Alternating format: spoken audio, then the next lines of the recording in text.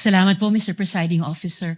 Madam Witness, yung 32 years nyo po na sinabi sa banking industry, yun po ba lahat ay sa land bank lamang? Opo. Okay.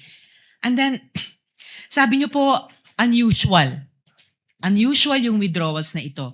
Sa 32 years nyo po sa banking industry, sa land bank, nakakita na po ba kayo ng ganyang kalaking amount na withdrawal ever before? First time po. First time. Okay. Sabi nyo nga kanina, unusual yung amount. First time, may ganyang amount na 125 million pesos.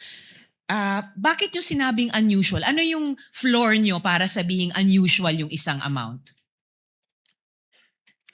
Usually po kasi kaya naging unusual para sa akin kasi cash po siyang kinukuha. Mhm. Sa other, ano naman po is, kumbaga nag-issue po sila ng mga cheque sa, yung disbursement po nila. By checks po, hindi po cash. Okay. So hindi lang yung laki nung halaga na 125 million ang unusual din na yung ganyang unusual amount ay sa cash kinuha at hindi sa mga cheque. Opo. Okay. And yung 125 million, yun ba yung minimum na pag kinuha in cash, sasabihin nyo unusual? Or meron bang lowest amount na kapag kinuha in cash, sasabihin nyo na rin unusual? Pwede naman po naming sabihin na unusual. Let's say kung over, let's say 500,000 na po siya. Over 500,000? Kasi yun, Kung over 500,000 kinuha in cash, sasabihin nyo unusual. for that particular, let's say po yung kliyente, yung Yes. mga ganun po. Opo. For the particular client. Ito, hindi lang 500,000, 125 million.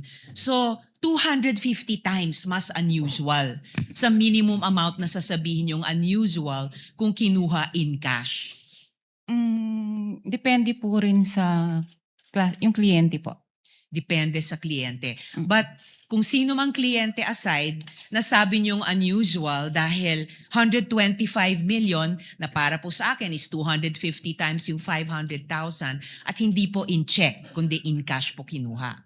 Pwede nga po, depende po sa depositor po niya. Kung regular lang sa kanya yung mga ganun withdrawals or what, it's usual. Okay. Pero kung parang for the first time ma-encounter namin that much, unusual po sa And amin. this was your first time. Opo. And in your 32 years, higit 3 dekada, kung masasabi nating pambihirang amount ito in cash, Opo. masasabi nating once in a lifetime yung ganitong amount in cash. Pwede po. Pwede.